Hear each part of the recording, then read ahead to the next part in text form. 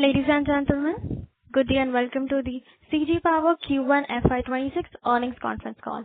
As a reminder, all participant lines will be in the listen-only mode, and there will be an opportunity for you to ask questions after the presentation concludes. Should you need assistance during the conference call, please signal an operator by pressing star then 0 on your touchtone phone. Please note that this conference is being recorded. I now hand the conference over to Ms. Renu Baid Pugalia from IIFL Capital. Thank you, and over to you, ma'am. Thank you. A very good evening, everyone. We are here for the Q1 FY26 earnings conference call of CG Power and Industrial Solutions. From the management team, we have with us today Mr. Amar Kaul, Managing Director, Mr. Sushil Todi, Chief Financial Officer, Mr. Murray Mail, EVP, Drives and Automation and Industrial Motors Business, Mr. Gaurav Makhija, Vice President, Switchgears and ECD Business, Mr. Ajay Jain, Vice President, Transformer Business, Mr. Chidambaram Balakrishnan, Vice President, Railway Business, Mr. Jitinder Kaul, EVP, Motors Business, India Subcontinent, and Mr. Sriram Rangarajan, EVP, Head Consumer Products Business.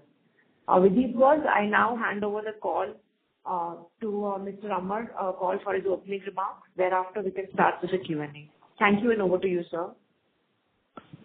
Thank you, Renu, and thanks everybody there. Good evening, everybody, and welcome to the CG earnings call today. Let me start with the summary of results. We have a very strong start of this fiscal year with all-time high quarterly standalone revenue and PBT. After accounting for exceptional items, further we have also started seeing improvement in our operating margins. Our Q1 sales grew by 25% year-over-year, profit after tax grew by 23%, and order intake grew by 56% year-over-year, making it one of the strongest quarterly performance in recent times. Further, our order backlog remains robust at 11,971 crores and continues to be on the upward trajectory, giving us strong revenue visibility.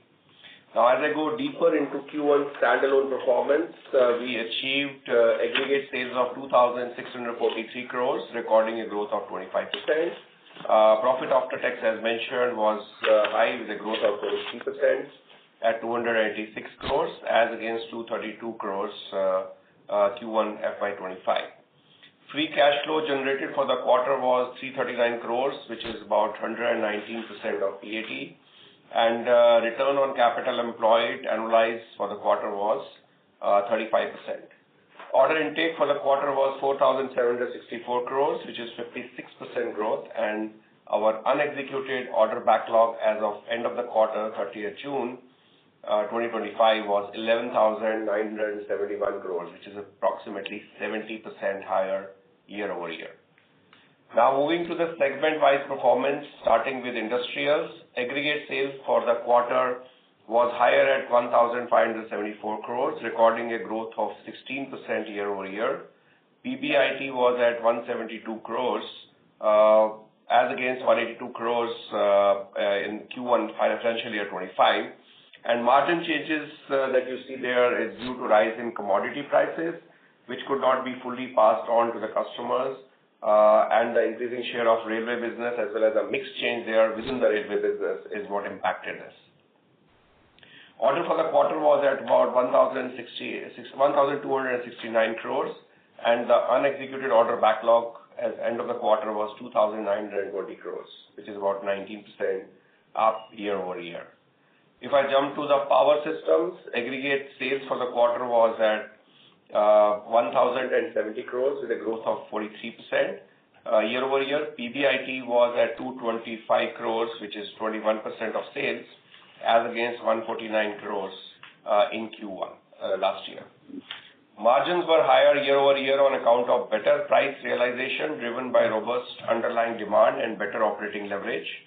And order intake for the quarter was 3,495 crores, 111% growth year-over-year. And unexecuted order backlog as of 30th June 2025 was at 9,051 crores, which is 97% up year-over-year. With that, we conclude deep dive into our standalone performance, and I'll now move to the consolidated performance. At the outset, I would like to share that our consolidated performance for the quarter, for the first time, includes the operational performance of X0, which, if you would remember, houses our radio frequency semiconductor components business acquired by us from Renesas and other affiliate entities during the last year. Aggregate sales for the quarter were up at 2,878 crores at a growth of 29% year over year, and profit after tax was 11% higher at 267 crores against 241 crores last year, same quarter. Margin impact due to the investment in CG Semi, the impact was approximately 11 crores and also lower absorption on the fixed costs in drives and automation business in Europe on account of lower sales during the quarter, even though the bookings are seeing the upward trend now. Operating cash flow generated for the quarter was 441 crores, which is 165% of profit after tax, and 383 crores capex done by the subsidiaries, primarily CG Semi. And the return on capital employed for the quarter was 33%. Order intake for the quarter was 5,138 crores, 62% growth year over year, and unexecuted order backlog as of 30th June 25 was 13,072 crores, which is 82% up year over year. Now moving to few notable events for the last quarter, CG got a large order for supply and servicing of 765 kV transformer package from Power Grid Corporation, valuing approximately 641 crores, making it the highest single order received by transformer business in CG. The order is expected to be completed over a period of 18 to 36 months, even though I think we can do it much ahead of time. GG Tronics, subsidiary of the company, received a prestigious order towards station train collision avoidance system and referred to as Kavach for about 148 crores. The scope includes supply, installation, commissioning of station Kavach and other associated systems in Northwestern Railway, executable for over a period of 2 years. CG secured the largest single order of 244 crores for EHV business from Techno Electric for supply of packaging instrument transformers, circuit breakers, and also the lightning arresters. CG launched and successfully completed QIP of equity shares and raised about 3,000 crores. And the issue was opened on 30th June 25 and closed on 3rd of July. It was oversubscribed by more than 3 times and saw the participation from Indian and global marquee investors. With this, I will conclude my opening remarks. Unaudited financial statements with detailed notes are available as part of the stock exchange filing as well as on our company website. Thank you for listening in, and over to you, Renu, for Q&A. Thank you very much. We will now begin the question and answer session. Anyone who wishes to ask a question may press star and 1 on their touchtone telephone. If you wish to remove yourself from the question queue, you may press star and 2. Participants are requested to use handsets while asking a question. Ladies and gentlemen, we will wait for a moment while the question queue assembles. The first question is from the line of Ravi Swaminathan from Avendus Spark. Please proceed. Hello. Hi, sir. Thanks for taking my question and congrats on a good set of numbers. My first question is with respect to the industrial segment. We have seen around 15% kind of revenue growth during this quarter. If you can give a flavor of how the growth was in certain key sub-products like LT motor, HT motor, and even within railways, the regular propulsion systems for locomotives, the ones for Vande Bharat, how the revenue has panned out and visibility for Kavach orders, and also exports. If you can give a flavor on how the growth is trending on all of these subsegments, it will be really great. Yeah, sure. Thanks for the question. So on the industrial segment, if you see, the growth has primarily come from the railway side. Having said that, the good news for motors also, even though if you look at the indices for industrial, both for IIP as well as the EMA data showed the negative trend for the quarter as well, which has been consistent for the last couple of quarters. But good news is that motors business went up. Of course, not on the very high digits in growth, but then yes, some decent progress on that. So which shows that the efforts and the actions we are taking in the business, not only from the commercial point of view in the market, as well as the operational OpEx piece of work that we are doing, has started showing some bit of results on that. And we talked about even drives and automation business, as I mentioned, for the subsidiary. The revenue numbers are not so good there, but the good news is that the bookings have started flowing in, which means it's just the execution now. So yeah, some bit of improvement you will continue to see there. Understood. And with respect to the Kavach order, last year we got around 800 crores of orders, and this year first quarter around 180 crores of orders we have got. What kind of run rate should we kind of look at every year annually over the next few years for Kavach? Should it be in that 800 to 1,000 crore kind of range? See, Kavach, I think the focus, I would say almost 99% focus is on the execution piece of it. And we are almost reaching that stage to start executing it now because the approval process is almost, I think all the test results have happened. Passenger trials are in progress right now. So we are progressing fairly well on that. So having said that, I would expect at least every month, at least 100 Kavach installation commissioning happening starting in next couple of months there. So that is one piece of it. And second, of course, I'm not giving any guidance or forward-looking statement, but the point is the business opportunity is phenomenal. It's just the strength of our designing and executing these orders on track. So the better we do it on time and at the lowest time of executing and commissioning the Kavach, both for loco as well as station, more and more orders will keep getting.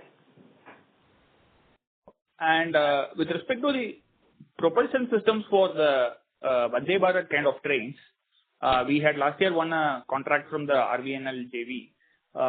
Is there more to come from that particular JV, and is there a possibility of securing orders from other people who are executing or other companies which are executing the Vande Bharat trains? Yeah, of course. I think one is the order that we received, the team is, the Chidambaram team, they're busy into designing and executing that order. Having said that, appetite is much bigger. So we are also exploring other opportunities, not only with Vande Bharat, yes, with other partners as well. Got it. And my final question is, if you can give a broad split of the industrial segment. Sorry to interrupt, sir. Yeah. May we request you to join the queue again for your follow-up question? Sure. Thank you.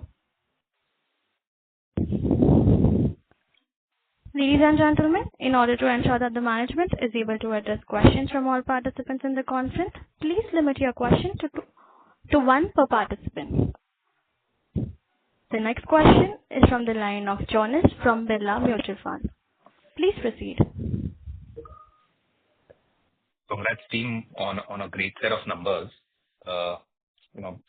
Two quick questions. First, what explains the increase in the power inflows, the power segment inflows, which were trending more closer to 1,800 to say maybe 2,000 crores quarterly? They seem to have come in closer to 4,000 crores. Are we to assume that this is in anticipation of the new plant going live probably during the year? And if you can explain, given that you have outgrown the industry in terms of order inflows, at what incremental margin levels have these orders come?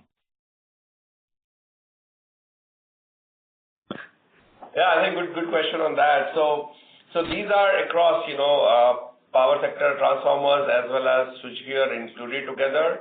Why we are outgrowing is because we are expanding in terms of our pipeline. Our go-to-market, rather than being conservative on requests to our quote that we are getting, we are actually going out in the market to make sure that we are capturing and increasing the pipeline of orders. And that's where the win percentage is also increasing.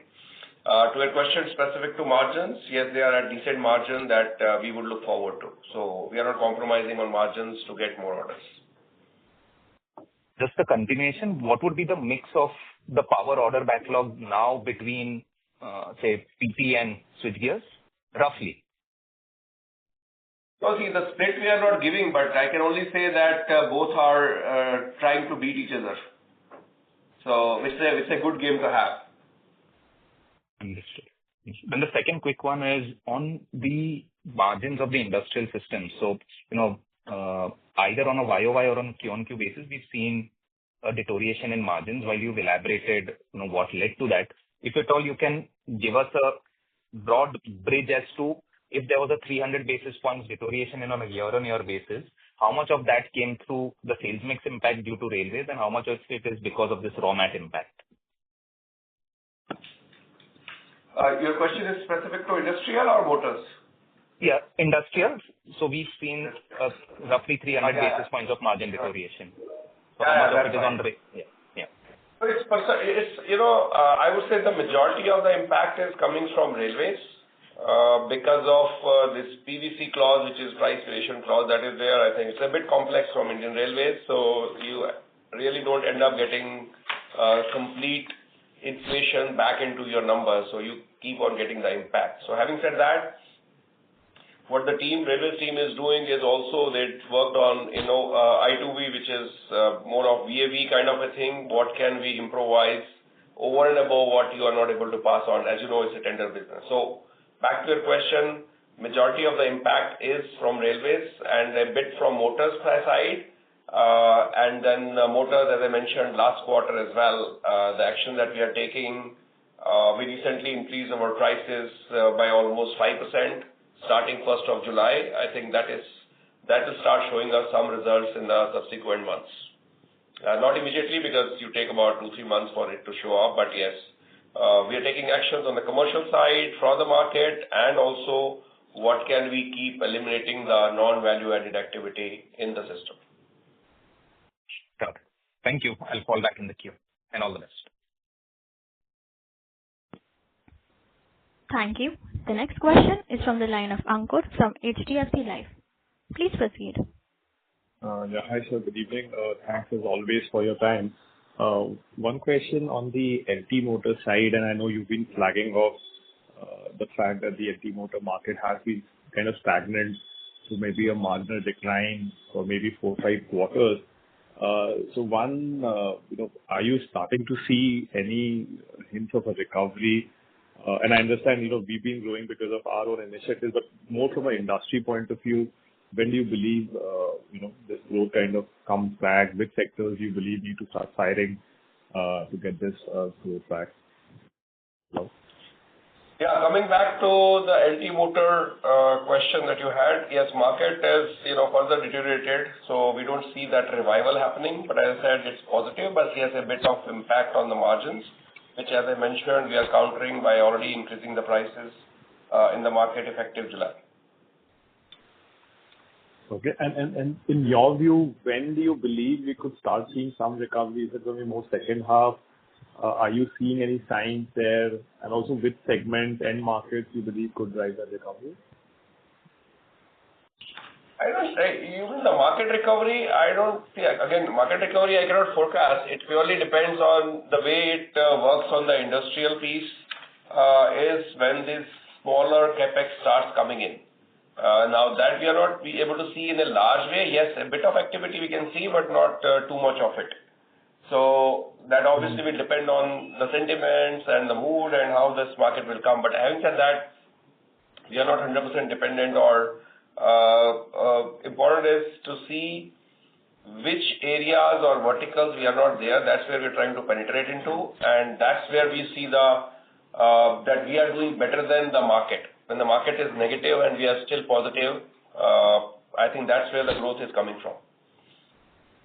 Sure, I get it. And just the second one on the power side, if you could help us on your current utilization levels, across your plants, and are you facing any capacity constraints there?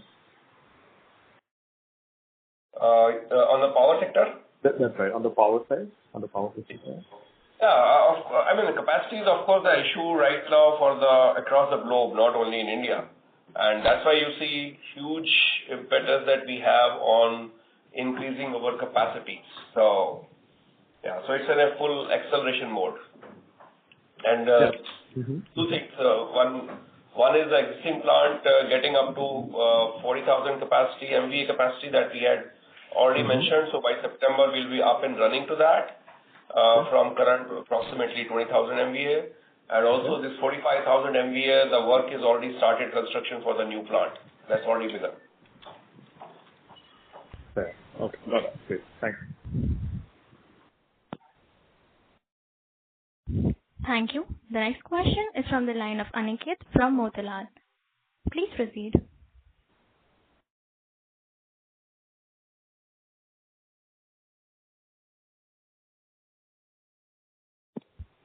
Hello, Aniket sir.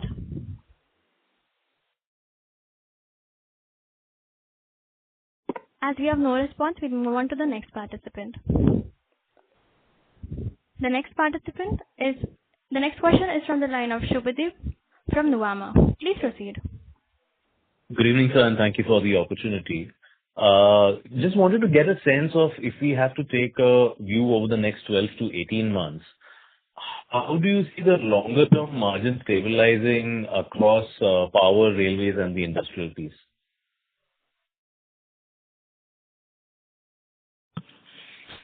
See, I think it can only get better in my opinion. And there, I think we can keep talking for next couple of hours on why do I say that it's continue to go better. And overall at company level, if you tell me, I think at some stage we'll bounce back to 14-15% PBT margins.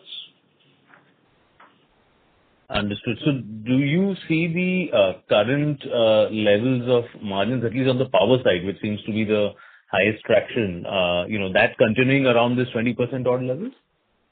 It should go even better than that. My aspiration is much bigger. Understood. And so lastly, I think you had talked about some large potential for exports, especially on the motor side, I think in the last call. Just wanted to understand, what is the progress on that side? Where do you see things moving? No, I think it's progressing well. As I told you, we have been doing the foundational work, which JK has been increasing and improving on the capacity, working in collaboration with Murray, who has been making investments in terms of go-to-market, having our people in respective regions.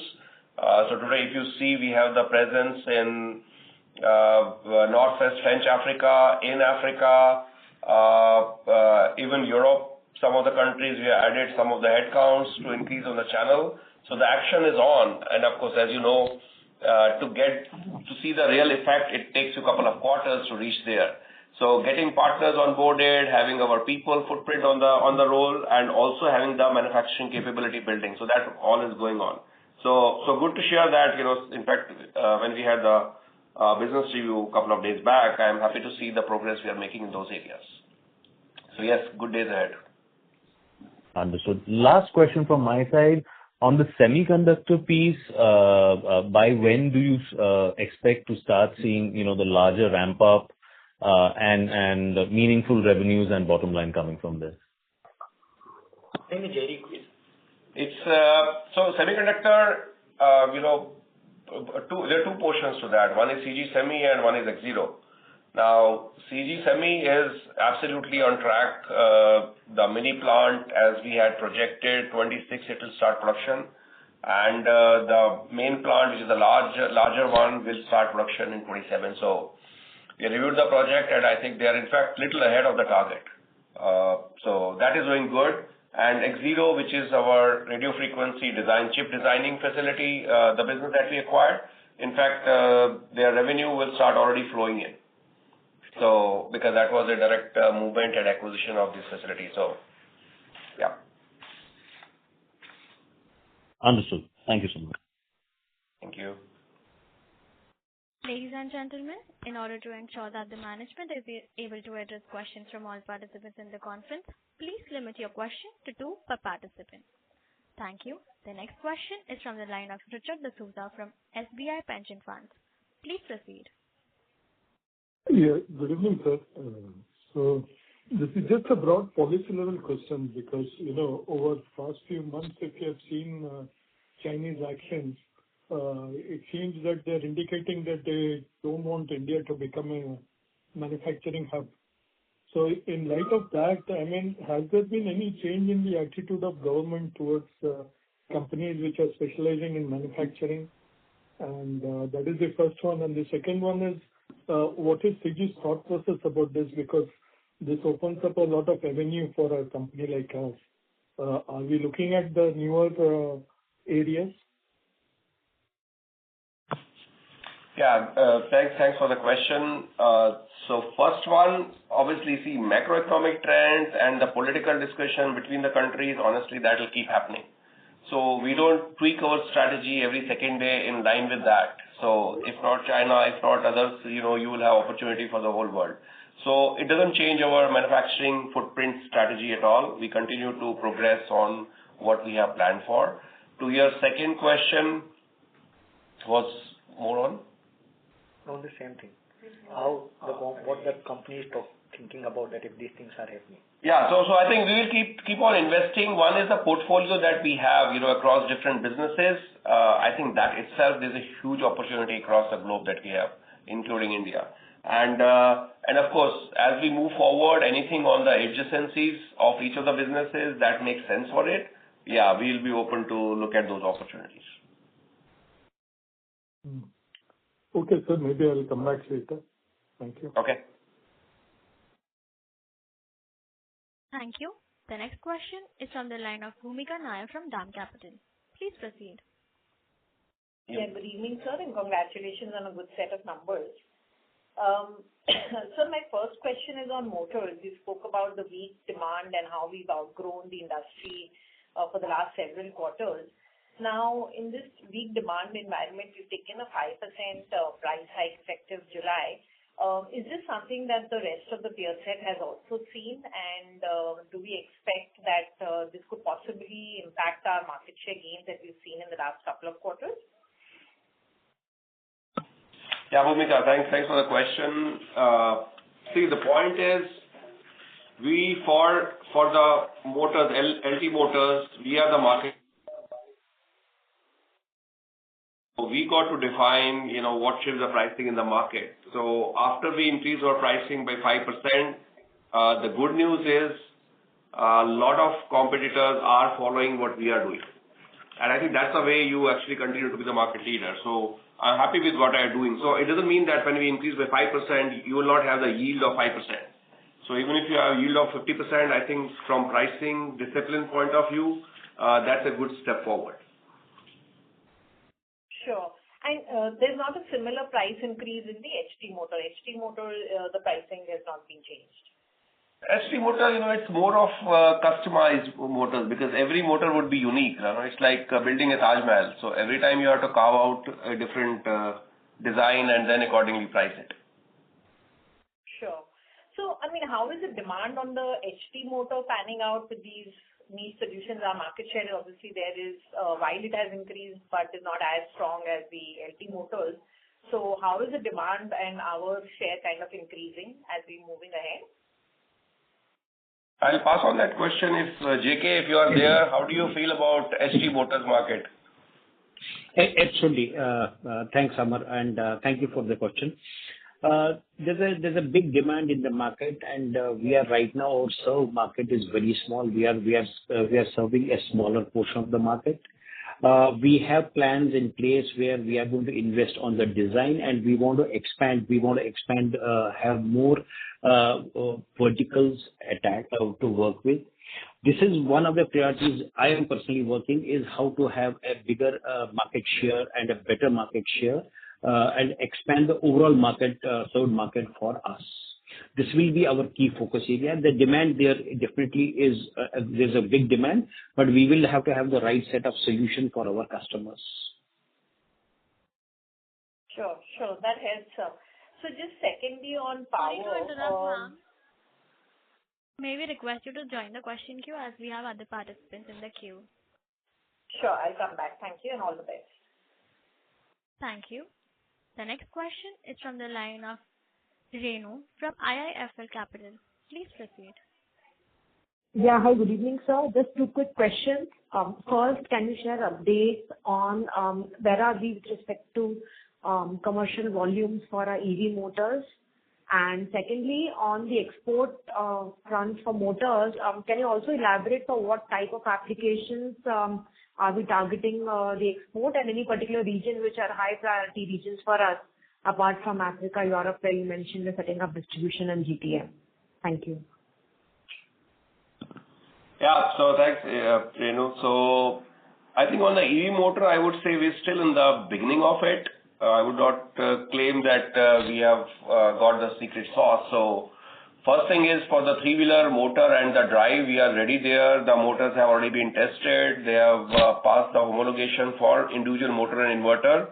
They are at testing at the OEM level, at the auto company level.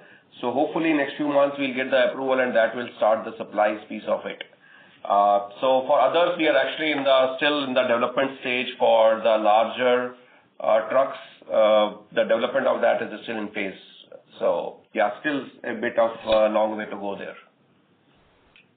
Sure. And can you elaborate which specific applications are we targeting on the export segment for motors, or these would be standard motors, LT motor segment only? You mean EV or you're talking about No, conventional motors for exports market. Conventional motors for exports will be the similar portfolio that we have. One is the industrial piece, which are those smaller LT motors, as well as the customized motors. As we get more and more experience into, we have the right skill set team sitting across divisions, because when you're exporting motors, you also need to have service centers there, and that's what the team, Marian team, is busy setting up right now. So it will be for both. Got it. Thank you, and best wishes, team. Thank you. Ladies and gentlemen, in order to ensure that the management is able to address questions from all participants in the conference, please limit your questions to 2 per participant. Ladies and gentlemen, in order to ensure that the management is able to address questions from all participants in the conference, please limit your questions to 1 per participant. The next question is from the line of Aniket from Motilal. Please proceed. Hello. This is Balchandra Shinde from Motilal Oswal Agency. Sir, the recent order which we received of 400 crore from Kinet Energy Railways, that we have started executing, and that is actually impacting our industrial system segment profitability, or it is yet to execute? No, I don't think so. I think execution has just started, so the team has started working on it, and I think that should give us good days ahead. So it is the routine business and the mix that is changed between, more skewed towards traction electronics. That's where the impact on the margins has come. With the railways, whatever reverse auction that they do, and that's where the impact has come. Got it. But yeah, but to your question, no, nothing related to Kinet. Okay. And in power, if you can provide insights that the kind of a trajectory which we are seeing in the order inflows, what kind of a visibility we see over next 1 year, especially because of this T&D CapEx going on, and how we see our capacities which are going to come will be utilized over next 2 to 3 years. I think, Balchandra, for power, honestly, I'm very, very bullish for even next 5 years. I would not worry about it. I think we'll keep expanding our capacity. Obviously, as we progress and keep looking at the market, get our feet on the ground, we'll keep expanding it further. I don't think with even 85,000 MVA capacity that we have invested, we'll be satisfied with that. But again, it will not be a knee-jerk reaction. As we get more stronghold on our pipeline, it keeps swelling, we'll keep adding capacity. So, basis all the data that you see, all the forecasts, and what we see on the ground, next 5 years, nothing is going to happen. It will keep going up. There will still be capacity, the capacity versus the demand gap will always stay there. Good. Thanks, sir. I'll come back for this. Thank you. Ladies and gentlemen, in order to ensure that the management is able to address questions from all participants in the conference, please limit your questions to 1 per participant. The next question is from the line of Umesh Rao from Nomura. Please proceed. Hi, sir. Good evening, and congrats for the healthy set of numbers. So my first question is pertaining to employee cost. So we have seen 52% increase in the cost year-on-year basis. Is it largely on the account of new operations getting started for Exero or investment into CG Semicon? Yeah, hi. So you are looking at a total consolidated number, am I right? Yes, sir. Yeah, right. Yeah. So it's coming out to CG Semi, as well as that that we did an acquisition of Exero. So that also is coming as in that business, the staff cost and the employee cost would be much high. Any other costs you have incurred upfront for the Exero? Because the margins for Exero looking like are lower single digit range currently. So when we can expect stabilization for that particular business? So these are, as a part of the transaction, the initial setup that we have put up there. So I think that is what is showing there. But yes, first year, as you know, any acquisition that happens will be the transition year, and then you will see the upside going there. And that's specific to Exero. And I think CG Semi itself, if you're looking at employee costs at consolidated level, yes, I think there are almost 170 people already on board and with no revenue. But again, we made that investment. It's more strategic investment because most of them have been trained right from operators to engineers in various plants of our partners outside India. And right now they are on the job of learning. So our lead time from manufacturing start till you start the shipments will be compressed with the investment that we are doing now. Got it. Thank you. Thank you so much. Ladies and gentlemen, in order to ensure that the management is able to address questions from all participants in the conference, please limit your question to one per participant. The next question is from the line of Atul Tiwari from JP Morgan. Please proceed. Yeah, thanks a lot, sir, and congrats on a good set of numbers. Sir, in CG Semi, how much is the total capex that you have done so far? So that's approximately around 400 crore. And between now and end of 2027, you will end up doing roughly 76 billion. So the entire thing will happen now, like over next 2 years. Is that right understanding? 1,700 something. No, so for overall, including subsidy, yes, including subsidy, you are right. Or I would say the capital support from the government, not a subsidy. So our contribution would be around 1,700 crore. Okay. So I thought the subsidy was 50%, right? So if the total capex is 76, then your contribution will be higher. Is there some change in that or? No, so that we said, no, we have been talking about the 50% is a kind of a capital support from the central government, and between 20 to 25% support from the state government, and rest would be given by CG and other partners of the CG. Okay, and the support from the state government will also be available before the production starts, or it will come only after production? So the discussion is going on with the state government, and it might be on the similar line what the central government is doing. Okay, and in the Thank you. The next question is from the line of Harshit Patel from Equirus Securities. Please proceed. Thank you very much for the opportunity, sir. So my question is on the Exero. You have explained that given that this is the year of transition, the margins are slightly on the lower side over here. So sir, over the medium to long term, what could be the stabilized steady state margin for this particular business for us?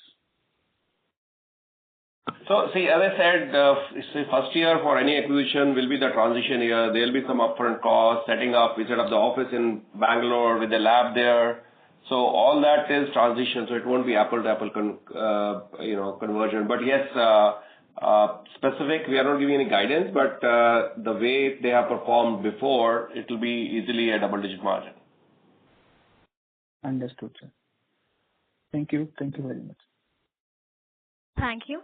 The next question is from the line of Aditya from Kotak Securities. Please proceed. Yeah, thank you for the opportunity and congratulations on a very strong set of numbers. I just want to get more color on the big uptick in inflows happening in the power side and the go-to-market strategy. Could you give us a sense of the split of the orders that you have won between domestic and international? And any more color as to what exactly is the company doing to gain market share would be useful. Thank you. That will be my only question. Yeah, so I think the majority of orders won are all domestic. It's primarily from India. So there's not a big skew that has happened before and after for exports. So it's almost in the same proportion. So not much of a change here. But important is, we will continue and we are continuing to keep building on our pipeline. And pipeline from where, obviously, that is a little bit company confidential. So we will not reveal that too much unless it gets converted into the order. Understood. That is my only question. Thank you. Thank you. The next question is from the line of Samir Thakur from Ambit Capital. Please proceed. Hi, thanks. I just want, so if you can just elaborate on service business, what efforts you are taking there, and if you have any target in your mind, let's say by 2030. Thanks. I think very good question, and I love that. Service is my passion. So, as of today, if you tell me, give me a clear roadmap of service business till 2030, my answer is I'm not ready right now. But is that the business that will show us results in future? Absolutely. And are we working on that? Yes. For at least four business leaders in this call, they're actively working with their teams along with me and the strategy team to develop a model which will be unique. When I say service business, is actually a multi-stage service business. It's not simple that you get a spare part order or you get a service order. I mean, that will continue to happen. What I'm talking about is full-fledged 5 years, 10 years contract and taking the full responsibility of the products that we are supplying. Or also at some stage we get into, for example, motors, like the way you have SaaS, we have motor as a service kind of a package where we make the investment for you and we sell you the energy efficiency. So those are the steps where we will get into. But yes, we are not prepared already on that right now because it requires a lot of hard work, which we are doing. Okay, thanks. I'll get back in the queue. Thank you. The next question is from the line of Shiro from Jefferies. Please proceed. Hi, thanks for the opportunity. Just wanted to get a bit more sense on the semiconductors, the incentive. I think it was very referred to in a previous question, but just could you clarify? So the subsidies that you are, or the incentives that you're set to receive, are they already being booked as received or only once the facilities are operational? And just if you could give some clarity on that. Okay. No, so this is not a subsidy, it's a support like, capital support. So subsidy is always, it comes little later once we invest it. So it would be more like a pari passu, right? The money going into the pool and then coming from the every stakeholders and then it will going to the suppliers. So this is the way it will entire, model will work. So it only come, so it will come while you're investing, not necessarily only once the facility is operational like the subsidy. It's being put in together from the start. Yeah, you are right. Got it. Thank you so much. Thank you. The next question is from the line of Subramaniam Yadav from SBI Life Insurance. Please proceed. Thank you. Sir, we have a strong inflow in the power segment in this quarter. Just trying to understand, have we started booking orders for the new facility which is coming in September for transformer?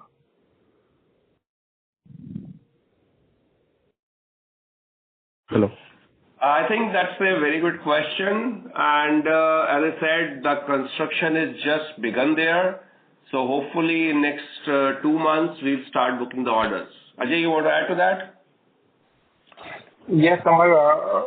Once the construction starts, we will start taking orders. Our focus is on taking short delivery orders there.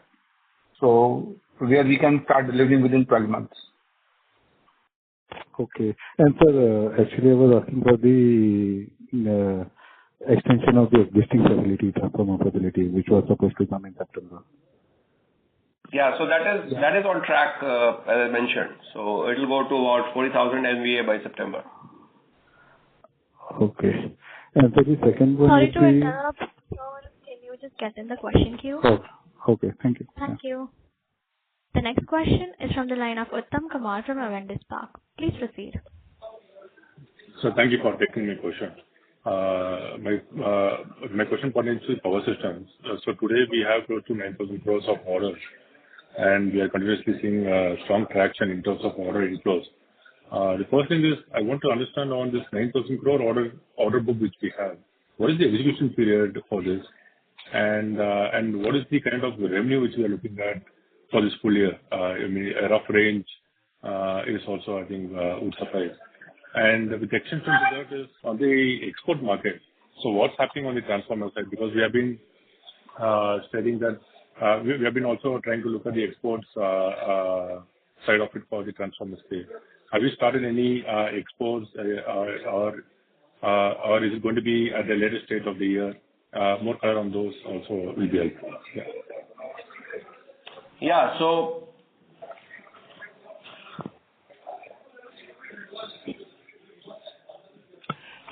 the backlog that we have for transformers specifically, I think with the latest order that we got, big one, it's up to 26 months, but I don't think we have to really wait for that long. We should be able to execute everything in next 18 to 22 months.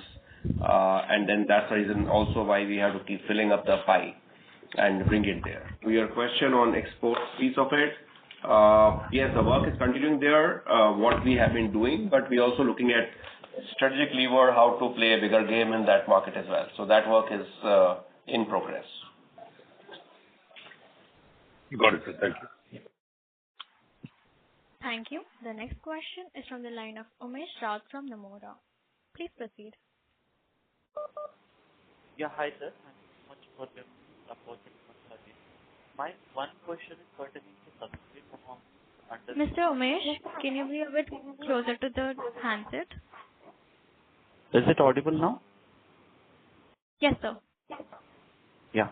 So my question is pertaining to industrial systems and for subsidiary business. So if I look at performance for subsidiary business for industrial systems, it has remained more of volatile since last few quarters, and I think margins are also hovering in the range of negative to about, say, as high as 10%. We have done margins of about 10 to 15% few quarters back in this particular business, but I think now those are quite struggling. So any reason over here, and how soon we can expect margins kind of reverting back to low double-digit range for industrial systems export business or subsidiary business? Yes, please. Yeah. So, sir, if I look at our business in the industrial systems, which is falling under subsidiaries, so there we have seen quite a bit of volatility in terms of margin performance. So I just wanted to understand this is also kind of impacting on the overall margins for industrial business. So how soon we can expect more of steady performance from those subsidiaries? Yeah. So from subsidiary piece, yes, it's, I think, what we could control, that has been done in terms of cost and control. But the good news is that the bookings have seen the upward trend. So which means that we continue that momentum and it will show up in revenue in the forthcoming months. So fixed cost is already taken care of. So any increase in revenue will actually make sure that your margins are improving consecutively. And that impact on the overall industrial business, I would say that is the third one, very, very small portion because the size itself is not very big. For us, in terms of exports, as we have signed now, and there is a probable engineering goods export opportunity for us from it. Can you repeat? I lost you in between. So I was asking about the free trade agreement which has now signed today between India and UK and possible engineering goods export opportunity because it is coming under a zero tariff now. So what are your views on this particular opportunity? I think we will at high level because it just happened, and so we have to see, what does it mean in terms of exports. Honestly, we are not very, very big. So, yeah, we have to evaluate and then look at it. And if you say honestly, this free trade agreement and tariffs, etc., it doesn't impact us too much because if you look at our model for exports, it's mostly FOB or ex-works kind of thing. So it still goes to customer. And when we interact with customers, most of them are like, any change like that happens, we'll have to pick it up. So they don't dump it back on us. So we won't be too worried about these macroeconomical changes. Thank you. Due to time constraints, that was the last question. I would now like to hand the conference over to Ms. Renu Pugalia for her closing comments. Thank you, and over to you, ma'am.